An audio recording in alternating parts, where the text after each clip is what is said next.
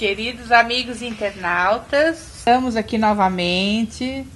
Não vou falar nesse espaço, como falei vez passada, mas com um cenário um pouco diferente do que vocês estão acostumados a assistir.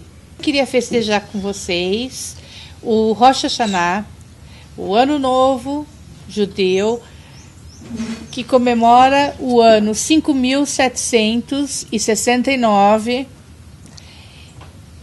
E aqui tem alguns dos lanches,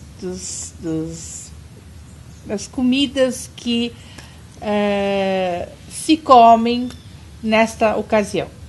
A maçã, na verdade, significa o infinito e ela é coberta de mel e açúcar para que todos tenham um ano doce e bom.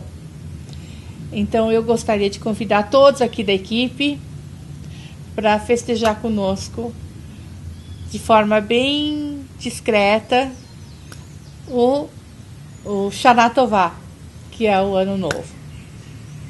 E desejar a todos um Shana Tová.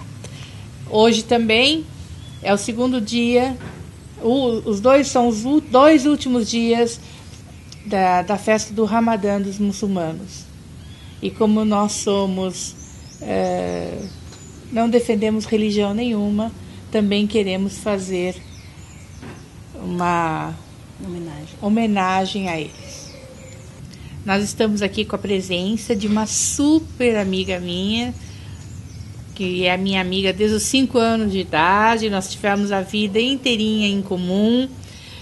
O pai dela trabalhava para o meu pai, o primeiro cachorrinho dela, meu pai quem deu. E dali para frente continuamos amigas até hoje. O nome dela é Beth Silberstein, ela é uma excelente tradutora, revisora e principalmente escritora.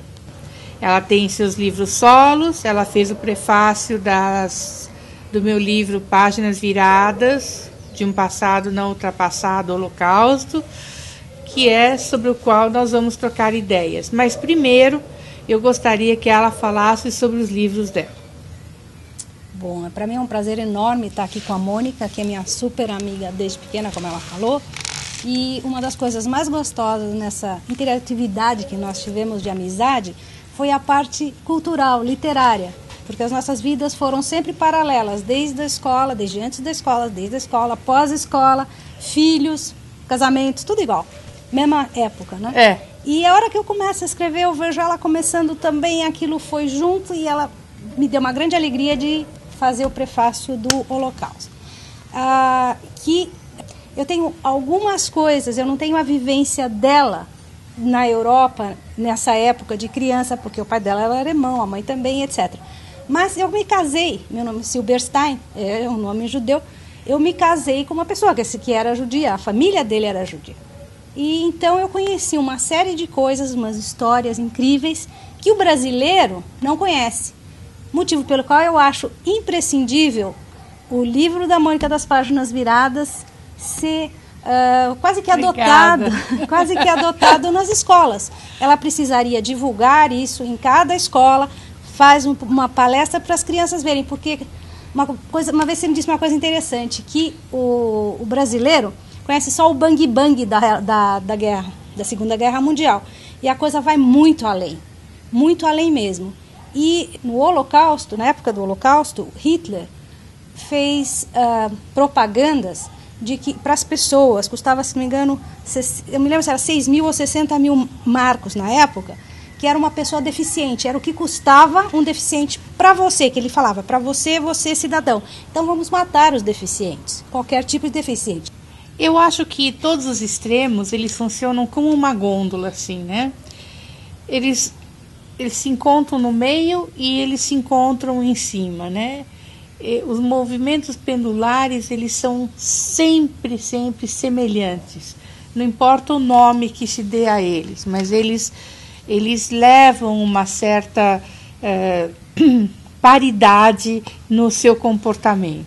Eu já ouvi hoje em dia gente me dizendo que Hitler não existiu, que não houve extermínio dos judeus, que isto é uma imaginação, que isto é uma coisa inventada, sei lá, pelos americanos, pelos chineses, pelos comunistas, sei lá por quê. Tiveram que inventar 6 milhões de razões para isso. Pois é, 6 milhões. E não foram mais. E isso é um grande agradecimento que eu acho que todo o judeu deveria ter em relação ao Brasil, é o agradecimento à diplomacia brasileira que salvou mais milhões de almas. Porque quando os Estados Unidos fechou a imigração, começou a escolher somente aqueles que tinham diploma universitário, o Brasil, ao contrário, em Berlim, abriu para todos. Com isso, a quantidade de almas que foram salvas são incontáveis. Porque o judeu, ele sempre foi muito mais ou um cientista, né? Ou então um empresário sem diploma, ainda mais naquela época em que diplomas eram muito mais raros do que são hoje, ou trabalhava com tecidos, ou com moda, ou trabalhava com joias. Então, todos os ramos que, na verdade, não exigiam diplomas. Então, o diploma para a raça judaica foi de uma importância realmente vital. E isso nós temos que agradecer à nossa diplomacia brasileira pelo bem que ela causou e que poucos brasileiros sabem o grande bem que eles mesmos causaram, salvando almas e almas e almas e almas que iriam, sei lá para onde, mas estariam no limbo. Então, só voltando mais uma vez, que por isso mesmo, os brasileiros não sabem, os nossos filhos, já netos agora, os nossos netos, sabem muito menos, porque, por sorte, o brasileiro teve a Segunda Guerra passada meio ao largo, assim. Pouca gente perdeu algumas pessoas, felizmente. Eu não conheço ninguém que perdeu alguém aqui. Eu conheço algumas pessoas, poucas. Mas, poucas, né? Muito poucas. E poucas pessoas de origem judaica, que saíram do meio de convivência só judaica, poucas pessoas sabem disso e contam para os seus filhos e netos. Então a sua história, a história dos seus pais, avós, da época pós-guerra, que você venceu a pós-guerra, poucos têm a riqueza que tem esse livro. Ele não é uma obra literária no sentido de que é extremamente difícil de ler, não, nada disso. Ele é uma obra importantíssima, porque qualquer pessoa pode ler, muito gostoso, a moçada vai gostar e eles precisam dessa informação. E por um motivo eu falei isso no meu prefácio. Quando eu visitei Dachau com meu marido, que na época era namorado, tem uma placa enorme dizendo Never Again, Ni Vida, Nunca Mais. E existem lá em Dachau... Plus jamais. E em todas as línguas, a bem da verdade.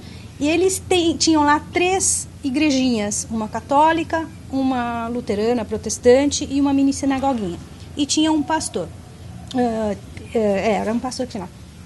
E a gente tinha acabado de visitar aquele prédio, aquela coisa horrível.